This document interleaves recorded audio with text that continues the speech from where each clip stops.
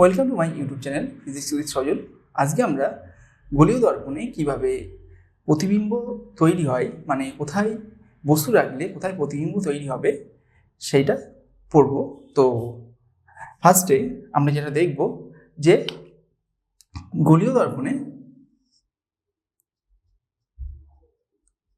এর একটা গোলীয় দর্পণ, এই গোলীয় দর্পণে কতগুলো আলোক রশ্মি এসে পড়লে সেগুলো কোন জায়গায় প্রতিফলনের পরে কোন দিকে প্রতিফলিত হবে সেটা আমরা ফার্স্টে দেখব। সেইগুলোকে কাজে লাগিয়ে আমরা এই গোলীয় দর্পণে প্রতিবিম্ব কী করে গঠন করা হয় সেটা পড়ব। তো আমরা এটা জানি যে এটা প্রধান অক্ষ আমাদের, তো প্রধান অক্ষের সমান্তরালে যদি কোনো আলোক রশ্মি এসে পড়ে তাহলে সেটা সবসময় ফোকাসের মধ্যে দিয়ে যায়। তো এইটা যদি এর ফোকাস হয় তাহলে প্রতিসরণের পরে কী হবে, এই ফোকাসের মধ্যে দিয়ে প্রতিফলিত আলোক রশ্মিটা আমাদের বেরিয়ে যাবে। তো এটা হলো ফোকাস। আবার এইরকম একটা গোলীয় দর্পণ,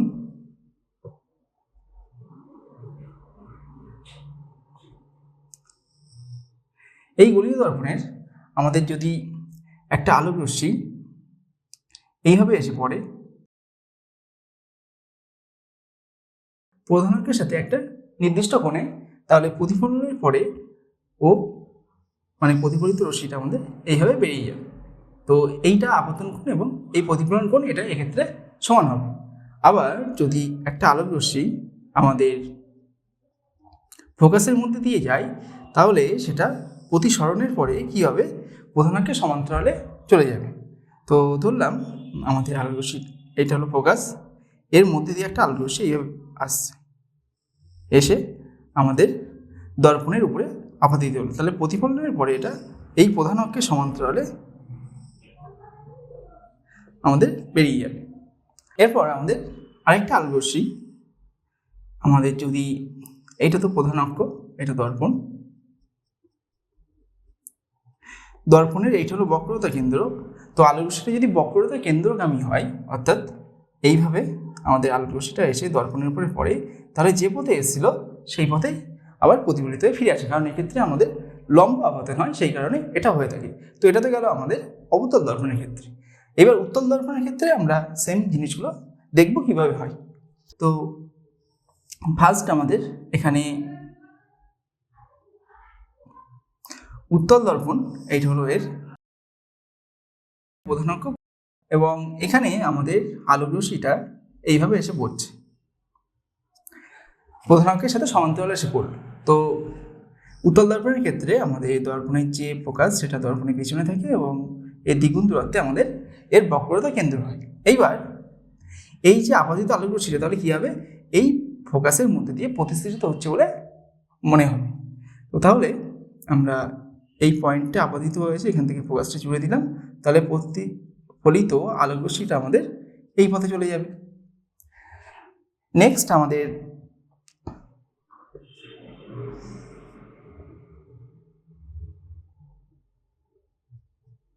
এইভাবে যদি আলোক রশ্মিটা এসে পড়ে, এটা প্রধান অক্ষ, প্রধান অক্ষের উপরে এই যে মেরুতে যদি আমাদের এইভাবে আলোক রশ্মিটা এসে পড়ে, তো তাহলে কী হবে, এইটা আমাদের কি হয়, এইদিকে আমাদের বক্রতা কেন্দ্র থাকে, তাহলে এই যে প্রধান অক্ষ এক্ষেত্রে আমাদের অবিলম্ব হয়ে যাচ্ছে, তাহলে অবিলম্বের সাথে সমান কোণে যে কোণে এসে আপতিত হয়েছিল ঠিক সেই কোণেই আলোক রশ্মিটা আমাদের প্রতিফলিত হবে। নেক্সট আমাদের যদি আলোক রশ্মিটা এইভাবে এসে আপতিত হয়,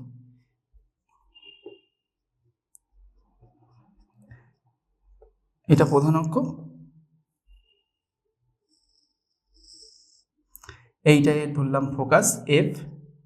তো এই ফোকাস ফোকাস বিন্দুগামী যদি আলোক রশ্মি এসে আপতিত হয়, মানে এইভাবে আপতিত হয়, তাহলে কী হবে, প্রতিফলনের পরে আমাদের প্রধান অক্ষের সমান্তরালে বেরিয়ে যাবে আলোক রশ্মিটা, অর্থাৎ এইভাবে প্রতিফলিত হয়ে এইভাবে সোজা বেরিয়ে যাবে। এবার লাস্ট যে আলোক রশ্মিটার ক্ষেত্রে দেখব কীভাবে প্রতিফলিত হচ্ছে, এইটা আমাদের দর্পণ। তো দর্পণের এইটা হলো আমাদের প্রধান অক্ষ। এখন আমাদের এখানে এই দর্পণের বক্রতা কেন্দ্র ধরলাম এইটা সি। তো বক্রতা কেন্দ্রগামী যদি কোনো আলোক রশ্মি এসে দর্পণের উপরে আপতিত হয়, অর্থাৎ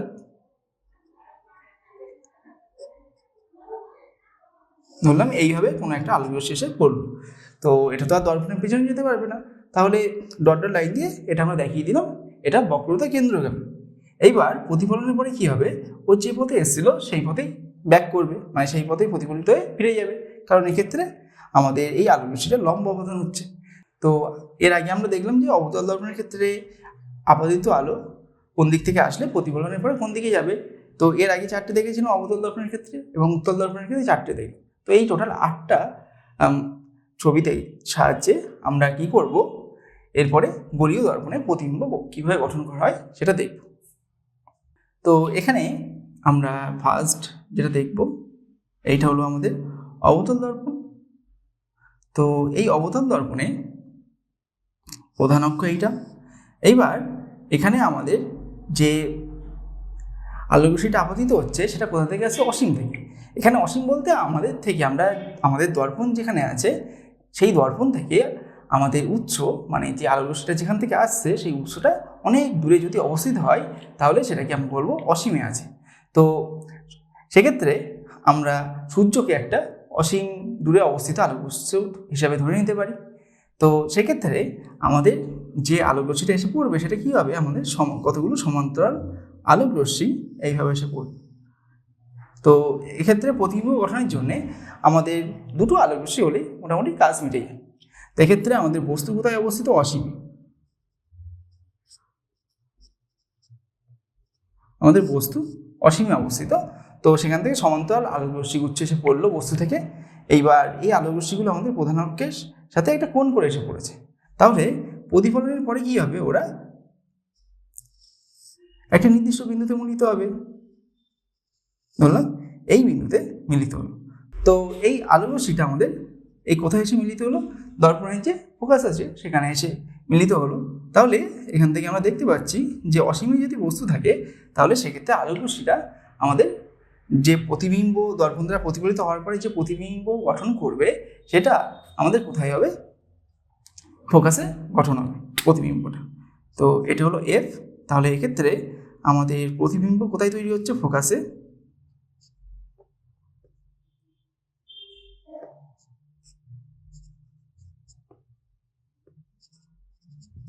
প্রতিবিম্বের আকার কেমন হচ্ছে, ছোট হচ্ছে, বস্তু অপেক্ষা ছোট হলো।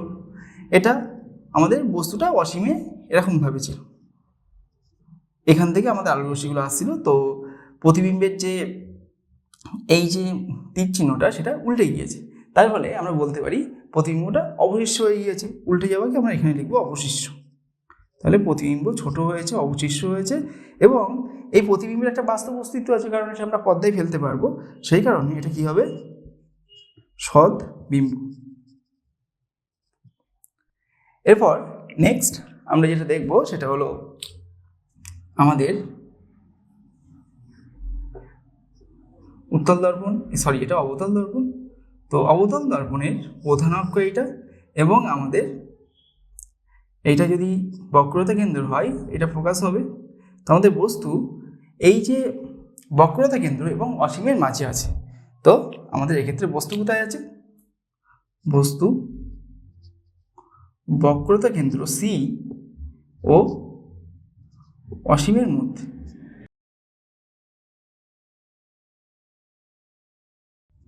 তো সেক্ষেত্রে আমাদের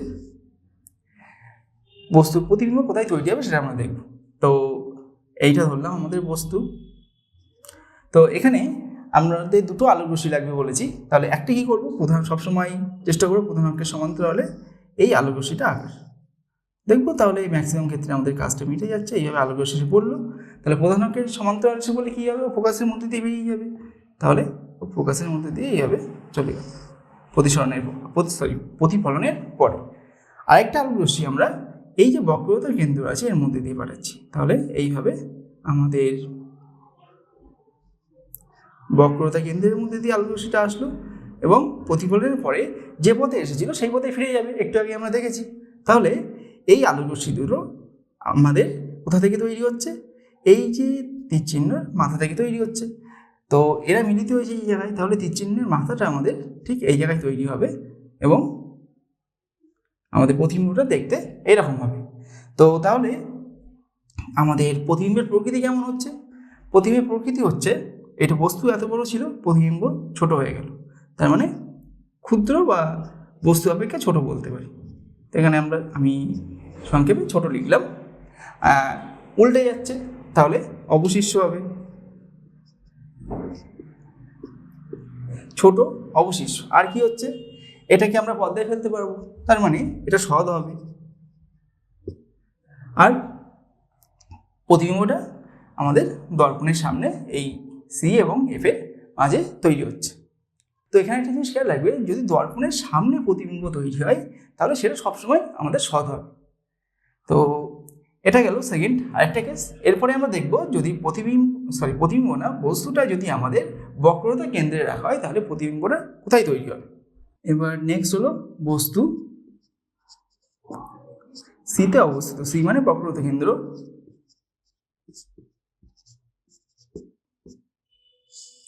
এটা যদি হয় তাহলে আমাদের প্রতিবিম্ব কোথায় তৈরি হবে। তো এইটা আমাদের অবতল দর্পণ। অবতল দর্পণের প্রধান অক্ষের উপরে অবস্থিত এইটা হলো আমাদের ফোকাস, এবং এর দ্বিগুণ দূরত্বে আমাদের বক্রতা কেন্দ্র অবস্থিত। আচ্ছা, সিটা এখানে না লিখে এই সাইডে লিখি। এইটা হলো আমাদের সি। এইবার আমাদের বস্তুটা এরকম এইভাবে আছে। তো এখানে বলেছি একটা আলোক রশ্মি আমরা প্রধান অক্ষের সমান্তরালে অবশ্যই নেব। তো এটা যেহেতু প্রধান অক্ষের সমান্তরালে এসে পড়ছে, তাহলে প্রতিফলনের পরে আলোক রশ্মিটা আমাদের ফোকাসের মধ্যে দিয়ে চলে যাবে এইভাবে।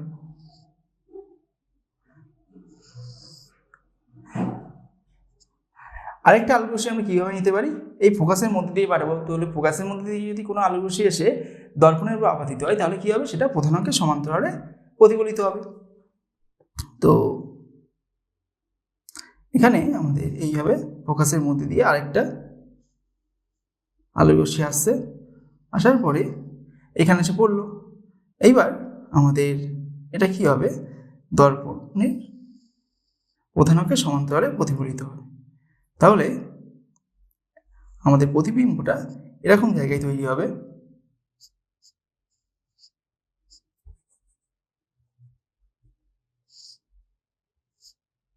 এই তাহলে এটা আমাদের প্রতিবিম্ব হয়ে গেল। তো এখানে আমরা দেখতে পাচ্ছি যে বস্তুর আকার যা হচ্ছে প্রতিবিম্বের আকার তাই আছে, তার মানে প্রতিবিম্বের আকার বস্তুর আকারের সমান হবে।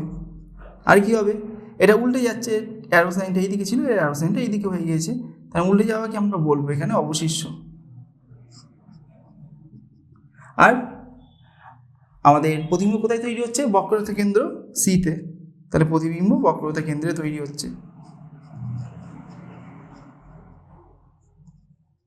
আর কি হচ্ছে, আর এটা যেহেতু দর্পণের সামনে তৈরি হয়েছে, মানে এটাকে আমরা পর্দায় ফেলতে পারবো, তাহলে এটা হবে আমাদের প্রতিবিম্বটা সৎবিম্ব হবে।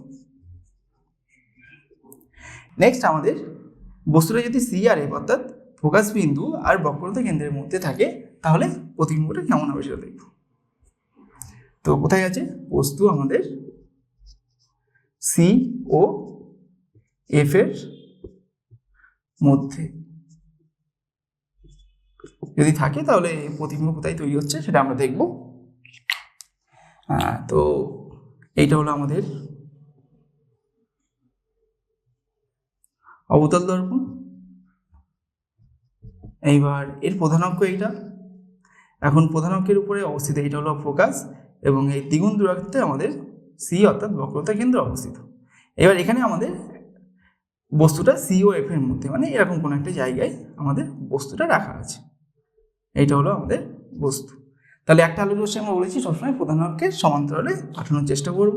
তো প্রধান অক্ষের সমান্তরালে গেল, যাওয়ার পরে প্রতিফলিত হয়ে ফোকাসের মধ্যে দিয়ে চলে যাবে।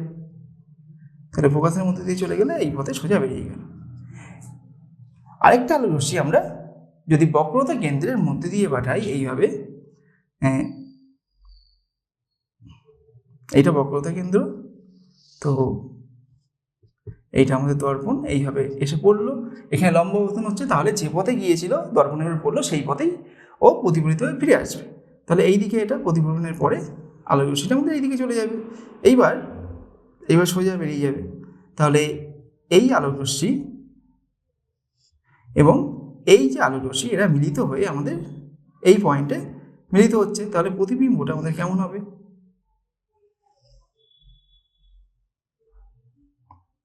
প্রতিবিম্বটা এরকম হবে। তাহলে বস্তু ছিল আমাদের এইটুকু, প্রতিবিম্ব বড় হয়ে গেল। তাহলে এক্ষেত্রে প্রতিবিম্ব আমাদের বস্তু অপেক্ষা বড় হবে। আর কি হচ্ছে, উল্টে যাচ্ছে, তার মানে এটা অবশিষ্ট হবে।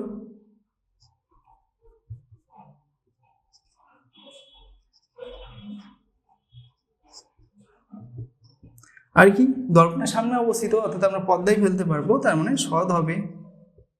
আর সৎ হলো, অবশিষ্ট হলো, আর বস্তু অপেক্ষা বড় হলো, এবং আমাদের প্রতিবিম্বটা কোথায় তৈরি হচ্ছে? বক্রতা কেন্দ্র এবং অসীমের মাঝে আমাদের প্রতিবিম্ব তাহলে সি ও অসীমের মধ্যে তৈরি হচ্ছে। সরি, অসীমের মধ্যে তৈরি হলো। এবার আমরা দেখব যদি বস্তুটাকে ফোকাসে রাখা হয় তাহলে প্রতিবিম্ব কোথায় তৈরি হবে। তো এক্ষেত্রে আমাদের প্রতিবিম্ব কোথায় তৈরি হবে? এই যে এইটা হলো আমাদের অবতল দর্পণ, আর এই অবতল দর্পণের ফোকাস, প্রধান অক্ষ হলো এইটা। এখন আমাদের এইটা হলো ফোকাস এফ, আর এইটা হলো বক্রতা কেন্দ্র সি। এখন বস্তুটা আমাদের ফোকাস এফে অবস্থিত। তাহলে প্রতিফলনের পরে প্রতিবিম্বটা কোথায় তৈরি হবে? এখানে একটা আলোক রশ্মি আমরা প্রধান অক্ষের সমান্তরালে নেবো, এইভাবে এসে পড়লো, তাহলে প্রতিফলনের পরেও ফোকাসের মধ্যে দিয়ে চলে যাবে, এইভাবে সোজা বেরিয়ে গেল। আরেকটা আলোক রশ্মি আমরা বক্রতা কেন্দ্রের মধ্যে দিয়ে নেব, তাহলে কি হবে? এই যে বক্রতা কেন্দ্রগামী আরেকটা আলোক রশ্মি ভাবো, তো এখানে যেহেতু লম্বা অবদান হচ্ছে, তাহলে আলোক রশ্মিটা যে পথে এসেছিল সেই পথেই আমাদের বেরিয়ে যাবে। তো এখানে আমরা দেখতে পাচ্ছি দুটো আলোক রশ্মি আমাদের সমান্তরাল হচ্ছে, প্রতিফলিত আলোক রশ্মি। তাহলে এরা কখনোই একসাথে মিলিত হবে না। তাহলে আমরা কি বলতে পারি? এই দুটো এখানে যে প্রতিবিম্ব গঠন করবে সেটা কোথায় হবে? অসীমে। তাহলে ফোকাস লাইটে প্রতিবিম্ব অসীমে হচ্ছে। এটা আমাদের কি হবে? অসীমে গিয়ে যেহেতু মিলিত হচ্ছে, তার মানে বহুগুণ বিবর্ধিত হবে এবং অবশ্যই সদ্বিম্ব হবে। এরপর লাস্ট যেটা, সেটা আমরা দেখব, সেটা হলো যদি ফোকাসের মধ্যে আমাদের বস্তু থাকে, তাহলে বস্তু কি হচ্ছে? এফ এর মধ্যে আছে। আচ্ছা, এখানে আরেকটু ভালোভাবে লিখলে এফ ও মেরু মানে পি এর মধ্যে, বা শুধু ফোকাসের মধ্যেও আমরা বলতে পারি, কোনো অসুবিধা নেই। তাহলে এখানে এটা হলো আমাদের দর্পণ, এইভাবে এটা প্রধান অক্ষ হলো। এখন এইটা হলো ফোকাস এফ, আর এইটা হলো বক্রতা কেন্দ্র সি। আমাদের বস্তুটা ঠিক এখানে আছে। তো এখানে আমরা প্রধান অক্ষের সমান্তরালে যদি আলোক রশ্মি নেই, তাহলে একটা প্রবলেম হবে, যেটা হলো সেটা এখানে আগলেই দেখা যাবে। এইভাবে প্রধান অক্ষের সমান্তরালে আলোক রশ্মি আসলো, এবার প্রতিফলনের পরেও এই এফের মধ্যে দিয়ে যাবে, কিন্তু এখানে মনে হতে পারে কী করে যাবে? এখানে বস্তু আছে, আলোক রশ্মি বাধা পেয়ে যাবে। তো সেই কারণে আমরা এই আলোক রশ্মিটা এখানে নেব না নিয়ে আমরা অন্য বাকি যে তিনটে আলোক রশ্মি আমরা দেখেছিলাম, আলোক রশ্মির জন্য প্রতিফলিত রশ্মি কেমন হবে সেইগুলো নিয়ে কাজ করব। তো যেটাই সমস্যা, আমরা সেই ঝামেলার মধ্যে রয়ে যাব না। তাহলে এখানে আমরা এটা দেখেছিলাম, এই যে মেরু আছে, মেরুতে যদি আলোক রশ্মি এসে পড়ে এইভাবে, তাহলে কি হবে? প্রতিফলনের সূত্র অনুযায়ী ও এইভাবে সোজা বেরিয়ে চলে যায়, গেল একটা আলোক রশ্মি। আরেকটা আলোক রশ্মি আমরা কীভাবে নিতে পারি? আমরা এই বক্রতা কেন্দ্রগামী আলোক রশ্মি নিতে পারি। তো সেক্ষেত্রে কী হবে? আমাদের বক্রতা কেন্দ্রগামী বলেছে এই যে, তো এটা যেহেতু লম্বা আবর্তন হচ্ছে দর্পণের উপর, তাহলে যে পথে এসেছিল সেই পথেই আবার ব্যাক করবে। কিন্তু আমরা দেখতে পাচ্ছি যত দর্পণ এই দিকে যাচ্ছে, সামনের দিকে আলোক রশ্মি দুটো এগিয়ে যাচ্ছে, তত কি হচ্ছে? এটা একে অপরের থেকে দূরে সরেছে। তাহলে এই দিকে, সামনের দিকে কখনোই এরা মিলিত হতে পারবে না। তো মিলিত যদি না হতে পারে, তাহলে আমরা কি করব? প্রতিবিম্ব তো গঠিত হবে অবশ্যই। তো সেই প্রতিবিম্বটা আমরা পাওয়ার জন্যে এই আলোক রশ্মিটাকে দর্পণের পিছন দিকে এইভাবে ডটের লাইন দিয়ে বাড়িয়ে দেবো। এটাকে বাড়িয়ে দিলাম, আবার এটাকেও আমরা বাড়িয়ে দিচ্ছি।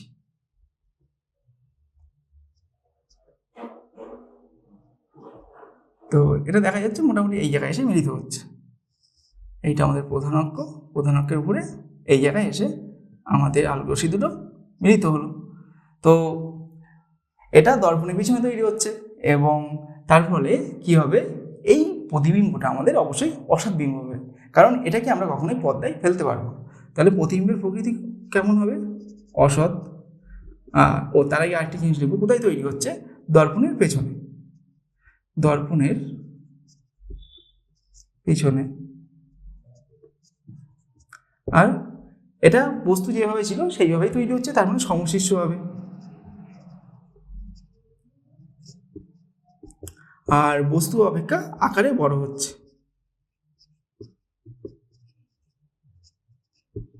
তো এই যে প্রতিবিম্বটা পেলাম, এক্ষেত্রে তার এই ধর্মগুলো আছে। এখন আমাদের এগুলো সব হয়ে গেল। এরপরে আমরা উত্তল দর্পণের ক্ষেত্রে কি হয় দেখব। তো উত্তল দর্পণের ক্ষেত্রে আমাদের এতগুলো কেস থাকবে না, সেটা কেন থাকবে না আমরা এক্ষুনি দেখব। তো এবার আমাদের উত্তল দর্পণ। তো উত্তল দর্পণ আমাদের এইরকম দেখতে হয়।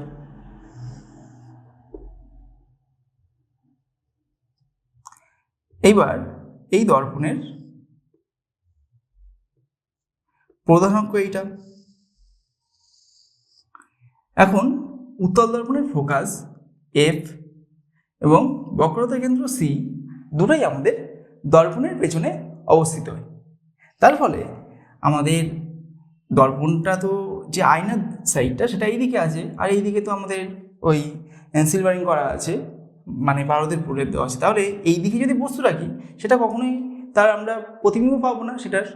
তো সেই কারণে বস্তু আমাদের সবসময় দর্পণের সামনে রাখতে হবে। তো দর্পণের সামনে তো এক্ষেত্রে আমাদের ফোকাস বলি বা আমাদের বক্রতা কেন্দ্র বলি কিছুই নেই, সেই কারণে এক্ষেত্রে আমরা একটাই কেস পাবো। তো সেই কেসটাই আমরা দেখব। তার ক্ষেত্রে আমাদের প্রতিবিম্ব কোথায় তৈরি হবে, কীভাবে তৈরি হবে সেটা দেখব। এটা হলো বস্তু। এবার আমরা বলেছিলাম যে প্রধান অক্ষের সমান্তরালে একটা আলোক রশ্মি নেব। তো এইভাবে প্রধান অক্ষের সমান্তরালে একটা আলোক রশ্মি নিলাম, এসে পড়লো দর্পণের উপরে। তাহলে প্রতিফলনের পরে কি হবে? আলোক রশ্মিটা আমাদের ফোকাসের মধ্যে দিয়ে চলে যাবে। তো ফোকাস তো দর্পণের পিছনে অবস্থিত, তার মানে মনে হবে এক্ষেত্রে ফোকাস থেকে অপসৃত হচ্ছে।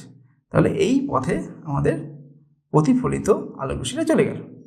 আরেকটা আমরা কি করব, এই বক্রতা কেন্দ্রগামী আলোক রশ্মি নেব। তো বক্রতা কেন্দ্রগামী আলোক রশ্মি এর ক্ষেত্রে কি হচ্ছে, এর ক্ষেত্রে দর্পণের উপরে আমাদের আলোক রশ্মির লম্ব আপাতন হবে। তাহলে আলোক রশ্মিটা যে পথে আর আপাতিত হবে দর্পণের উপর, আবার সেই পথেই ফিরে যাবে। তাহলে আমরা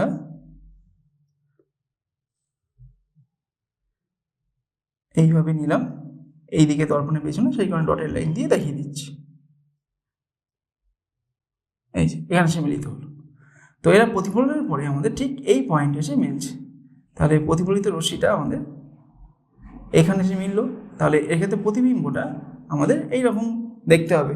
তো প্রতিবিম্বের প্রকৃতি যদি আমরা দেখতে চাই তাহলে সেটা কেমন হবে? প্রতিবিম্বের প্রকৃতিটা হচ্ছে বস্তু বড় ছিল, প্রতিবিম্ব ছোট হয়ে গেল। তাহলে ছোট আকারে ছোট হচ্ছে। আর কি হচ্ছে? দর্পণের পেছনে তৈরি হচ্ছে, তাহলে এটা অসৎ বিম্ব হবে। অসৎ বিম্ব হলো। আর এটা আমাদের কি হচ্ছে, বস্তু আর বস্তু যেমন ছিল প্রতিবিম্ব তেমনই আছে, অর্থাৎ সমশিষ্য হচ্ছে। সমশিষ্য হলো। আর প্রতিবিম্ব তো অবশ্যই আমাদের দর্পণের পেছনে তৈরি হচ্ছে, সেটা আমরা দেখতেই পাচ্ছি। তো এইগুলো এই ধরনের কিন্তু প্রতিবিম্ব আমরা উত্তল দর্পণের ক্ষেত্রে সবসময় পাবো। মানে বস্তু অপেক্ষা আকারে ছোট অসৎ বিম্ব এবং সমশিষ্য প্রতিবিম্ব আমরা দেখতে পাবো। তো গোলীয় দর্পণ থেকে আমাদের কতগুলো সহজ কোশ্চেন কিন্তু করতে হয়, যেগুলো পরীক্ষায় এসে থাকে। তো এখানে একটা কোশ্চেন দেখতে পাচ্ছি যে অবতল দর্পণের বক্রতা ব্যাসার্ধ 20 সেন্টিমিটার বলা আছে, এর ফোকাস দূরত্ব কত হবে? তো বক্রতা ব্যাসার্ধ আমরা জানি আর দিয়ে প্রবেশ করা হয়, তাহলে আর ইকুয়াল টু আমাদের 20 সেন্টিমিটার বলা আছে। আর ফোকাস দৈর্ঘ্য এফ এটা কত হবে তা আমাদের বের করতে হবে। এখন আমরা এই রিলেশনটা প্রমাণ করেছি, আর ইকুয়াল টু 2f। তো এখান থেকে এফ ইকুয়াল টু কি লিখতে পারি? r/2। তাহলে আর হলো 20 সেন্টিমিটার, আর বাই 2 হলো, কেটে গেল, তাহলে 10। তাহলে এফ অর্থাৎ ফোকাস দূরত্ব আমাদের হয়ে গেল 10 সেন্টিমিটার। একই রকমভাবে এখানে আমাদের অবতল দর্পণের জায়গায় উত্তল দর্পণ দিয়েও কিন্তু কোশ্চেনটা আসতে পারে। নেক্সট কোশ্চেনটা বলছে যে প্রতিফলকের উপর একটি আলোক রশ্মি এমনভাবে আপতিত হলো যে প্রতিফলিত ও আপতিত রশ্মি পরস্পর লম্ব হয়, তাহলে আপতন কোণের মান নির্ণয় করো। তো প্রতিফলক আমরা এখানে এখন একটা সমতল প্রতিফলক ধরে নিলাম। তো এরপরে আমাদের আলোক রশ্মি এমনভাবে আপতিত হলো যে প্রতিফলিত ও আপতিত রশ্মি পরস্পরের সাথে লম্ব হচ্ছে, মানে আমাদের এইটা আপতিত রশ্মি এবং এখান থেকে যে প্রতিফলিত রশ্মিটা পাবো সেটা এই আপতিত রশ্মির উপর লম্ব হবে।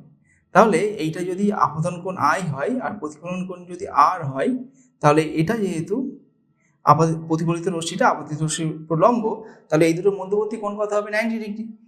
তো এখান থেকে আমরা কি লিখতে পারি? আই প্লাস আর মানে এই দুটো কোণের সমষ্টি আমাদের 90 ডিগ্রি অর্থাৎ 90 ডিগ্রির সাথে সমান হচ্ছে। আবার প্রতিফলনের সূত্র অনুযায়ী কি জানি আমরা? এই দুটো কোণ সমান হয়, আপতন কোণ এবং প্রতিফলন কোণ সমান হয়। তো এটা যদি আমরা এখানে বসিয়ে দিই তাহলে কত পাচ্ছি? আমাদের বের করতে বলেছে আপতন কোণের মান, অর্থাৎ আই এর মানটা বের করতে হবে। তাহলে এখানে আমরা আর এর জায়গায় আই বসিয়ে দেবো, তাহলে আই প্লাস আই এটা হলো 90 ডিগ্রি। তো 2i ইকুয়াল টু হয়ে গেল আমাদের 90 ডিগ্রি। তো এখান থেকে আমরা আই ইকুয়াল টু পাচ্ছি 90/2 মানে 45 ডিগ্রি। তাহলে আপতন কোণের মান আমাদের এখানে হচ্ছে 45 ডিগ্রি। তো এই টাইপের খুব ইজি কোশ্চেন কিন্তু আমাদের এখান থেকে গলীয় দর্পণ থেকে করতে দেয়। তাহলে আজকের ক্লাস এই পর্যন্ত, দেখা হচ্ছে নেক্সট ক্লাসে।